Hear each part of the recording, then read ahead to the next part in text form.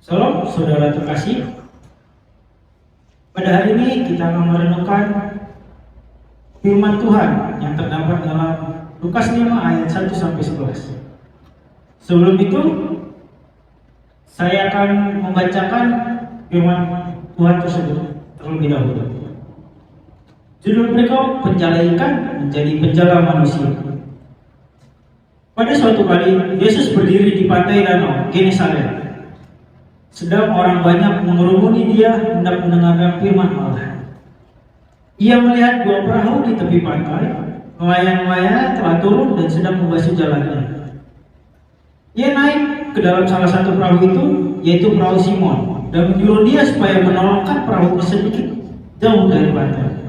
Lalu ia duduk dan mengajar orang banyak dari atas perahu.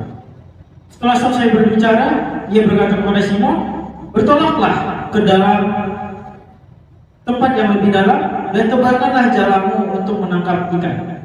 Simon menjawab, "Guru, telah sepanjang malam kami bekerja keras dan kami tidak menangkap apa-apa, tetapi karena engkau menyuruhnya, aku akan menebar jala juga." Dan setelah mereka melakukannya, mereka menangkap sejumlah besar ikan sehingga jala mereka mulai terkoyak. Lalu mereka memberi isyarat kepada teman-temannya di perahu yang lain supaya mereka datang membantunya, dan mereka itu datang. Lalu mereka bersama-sama mengisi kedua perahu itu dengan ikan hingga hampir tenggelam. Ketika Simon Petrus melihat hal itu, ia pun tersungkur di depan Yesus dan berkata, "Tuhan, pergilah daripadaku, karena aku ini seorang berdosa." Sebab ia dan semua orang bersama-sama dengan dia takjub oleh karena banyaknya ikan yang mereka tangkap.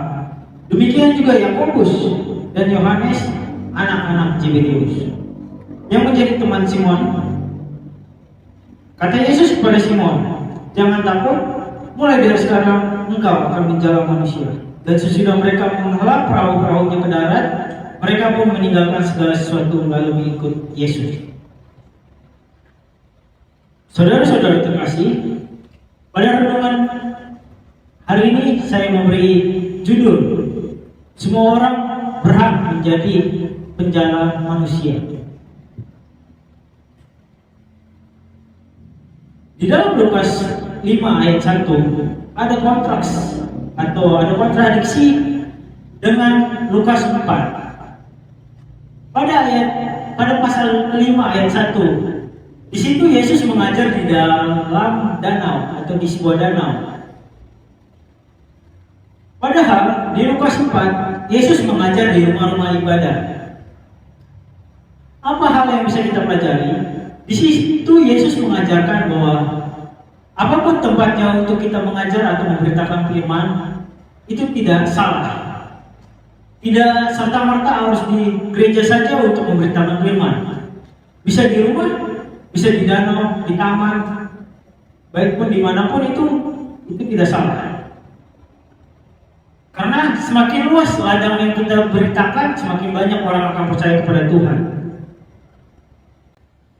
Di situ juga Yesus mengajarkan bahwa kita tidak boleh memandang semuanya itu menjadi hal yang sulit. Kita tidak boleh memandang tempat pengajaran kita tidak boleh memandang siapa yang kita ajarkan. Semua orang wajib kita ajarkan, baik pun dia sudah mengerti ataupun belum mengerti firman Tuhan, kita wajib mengajarkannya.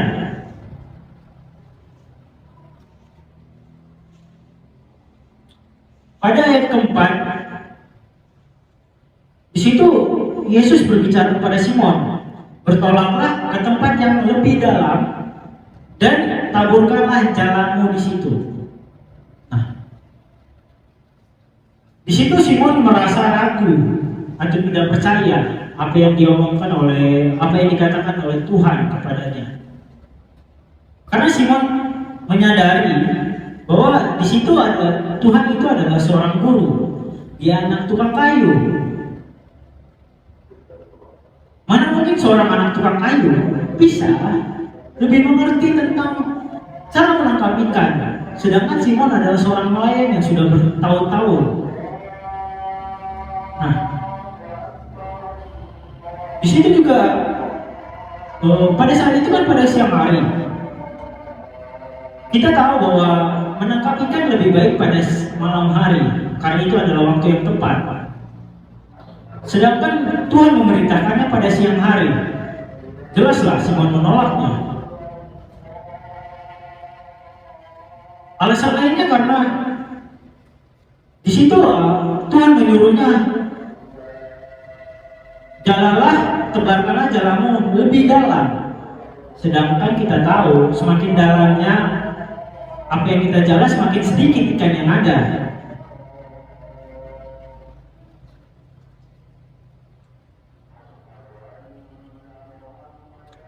Nah, apa yang kita pelajari dari situ, bahwa apa yang dikatakan Tuhan di dalam firman-Nya semuanya itu adalah benar. Kita cukup percaya kepada Tuhan. Jangan kita meragukan apa yang dikatakan Tuhan. Setelah itu, setelah Yesus mungkin meyakinkan Simon Petrus apa yang dikatakannya adalah benar, Simon Petrus percaya.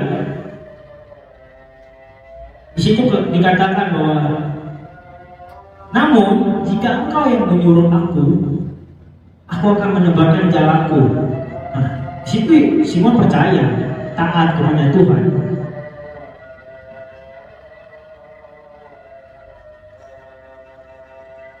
Nah, ketika Simon percaya atau taat kepada Tuhan, terjadilah mujizat.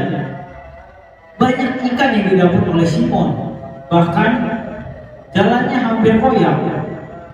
Bahkan dia memanggil teman-temannya juga. Tetapi saking banyaknya ikan, sampai perahu teman-temannya juga dan Simon sendiri juga hampir tenggelam. Nah, kita dapat pelajari bahwa di situ Simon sudah diberikan kesuksesan oleh Tuhan kepadanya. Tetapi dia tidak egois, dia tidak mau menang sendiri atau tidak mau sukses sendiri. Apa yang Simon lakukan? Ia memanggil teman-temannya. Nah, sama halnya seperti kita, seorang hamba Tuhan yang sukses. Kita bisa sukses dari seorang pengusaha, karyawan atau segala macam. Ketika kita sukses, jangan melupakan teman-teman kita, atau jangan melupakan saudara-saudara kita, jangan melupakan orang lain. Kita jangan egois, lihat orang sekitar. Jika orang sekitar merasa kesusahan, bantulah dia. Jika orang lain membutuhkan pekerjaan dan kita mempunyai lowongan pekerjaan, berikanlah. Kita tunjukkan bahwa kita adalah anak-anak Tuhan, anak-anak Tuhan yang saling membantu, tidak pamrih.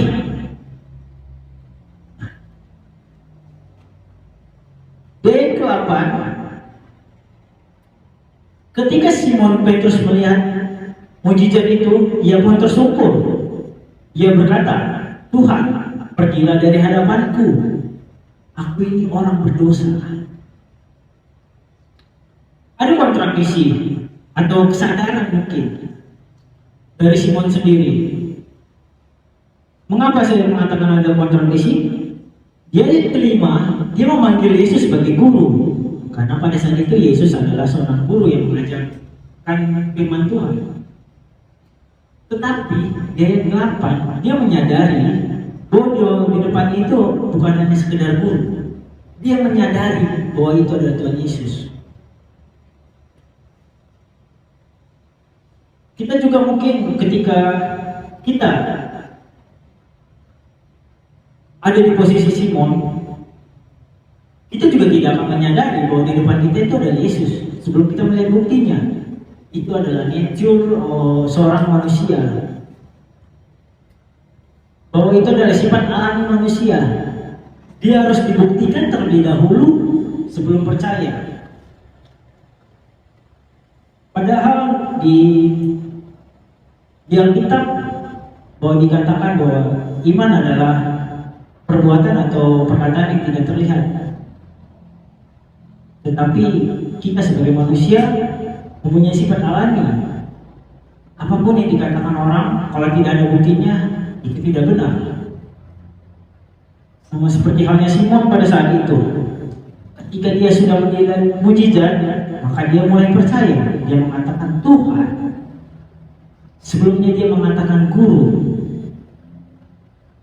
Guru dalam bahasa Ibrani berarti epitata, yang berarti pengajar atau pengawas.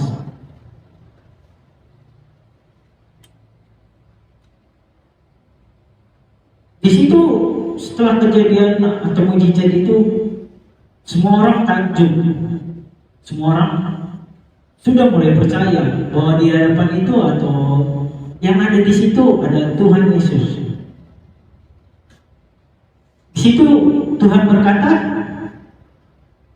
ketika Simon mengusir Yesus, Yesus tidak menurut perintah Simon. Dia malah berkata, jangan takut, mulai dari sekarang engkau akan menjadi manusia. Sama seperti halnya kita terkadang untuk memulai sesuatu kita takut, kita tidak berani, kita merasa lemah.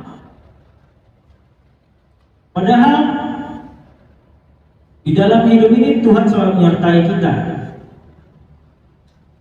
Saudara-saudara pernah melihat atau menonton film tentang Lion King?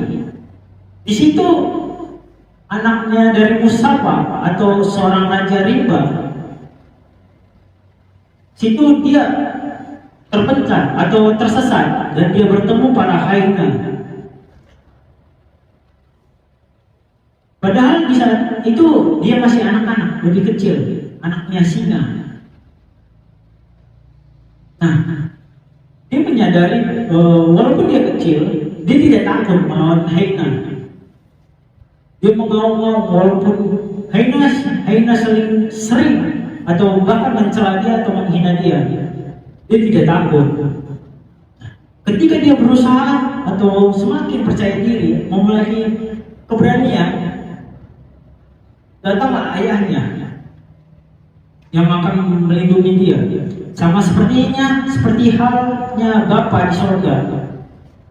Ketika kita tidak berani untuk melakukan sesuatu hal yang tidak mungkin, Bapa kita di surga tidak mungkin tinggal diam. Dia akan membantu kita untuk menjalankan atau melaksanakan apa yang tidak mungkin kita lakukan. Bapa di surga selalu meyakinkan kita untuk percaya dan berani. Dia akan selalu menyertai kita.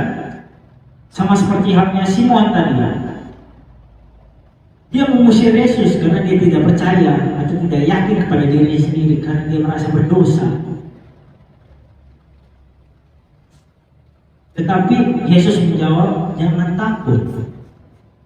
Aku akan menjadikanmu penjala manusia. Apa yang dilakukan Simon setelah Yesus mengatakan itu? Dia meninggalkan semua usahanya, pekerjaannya, harta bendanya, bahkan sanak saudaranya ditinggalkan di situ. Dia mulai melayani Tuhan. Dia mengikuti Yesus dimanapun dia berada. Sama seperti halnya kita, ketika kita sudah menjadi pemberita Injil, ketika kita sudah terpilih, kita tidak boleh bernegosiasi lagi dengan keinginan daging atau hal-hal duniawi. Ketika kita sudah terpilih, kita harus tulus atau kita harus percaya, yakin dalam melayani Tuhan itu.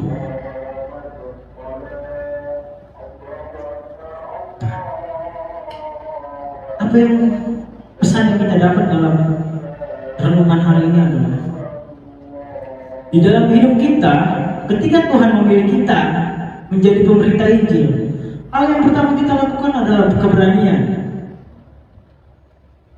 Keberanian, karena apa?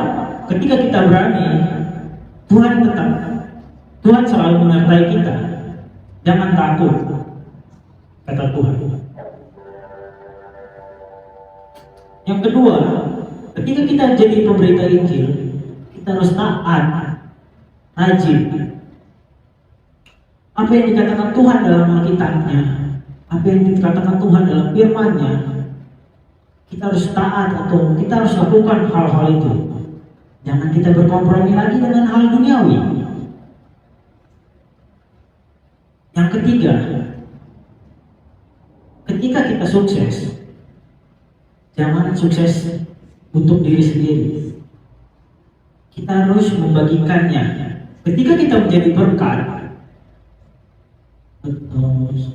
ketika kita telah diberikan berkat, jangan lupa kita supaya menjadi kita berkat.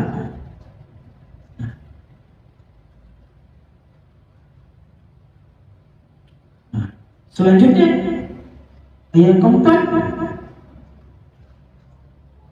di hadapan Tuhan, walaupun kita berdosa, kita tercela, kita sering mengecewakan Tuhan, Tuhan tidak pernah menganggap kita itu seorang pendosa. Tuhan selalu menyertai kita dalam hidupnya.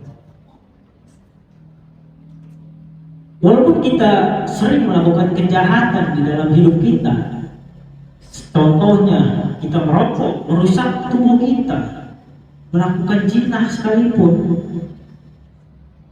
itu Tuhan selalu menyertai kita. Mungkin saya memberi kesaksian. Ketika saya SMA, saya tidak pernah sekalipun menginjakkan kaki ke dalam gereja, tidak pernah sekalipun membaca firman Tuhan, tidak pernah mendengarkan firman Tuhan sekalipun, baik di khotbah dimanapun saya tidak pernah membaca Alkitab apalagi. Saya adalah domba tersesat ketika saya waktu SMA, tetapi Tuhan tidak pernah meninggalkan kita. Tuhan selalu menyertai kita. Makanya ketika saya tersesat, Tuhan pulihkan saya. Tuhan beri orang-orang yang terdekat supaya membantu saya ke jalan Tuhan lagi. Nah, makanya mulai saat itu saya mulai percaya, saya mulai meyakini teguh dalam melayani Tuhan. Nah, saya mengajak saudara-saudara sekalian untuk bertobat, percaya akan apa firman Tuhan, ubahlah hidupmu, dan yakin bahwa Tuhan selalu menyertai kita. Amin. Mari saya akan tutup dalam doa. Bapa kami di surga, terima kasih Bapak karena Engkau telah menyertai kami dan melindungi kami. Ya Bapak, terima kasih juga atas renungan yang Engkau telah beritakan. Berkatilah kami supaya kami bisa mengubah hidup kami, supaya hidup kami bisa lebih percaya kepadamu, supaya kami yakin dan berani dalam menghadapi apapun. Dan berkati kami juga, jauhkanlah kami dari apa yang jahat di mata-Mu Tuhan. Kuatkanlah kami, inilah doa kami yang sempurna, dan Yesus Kristus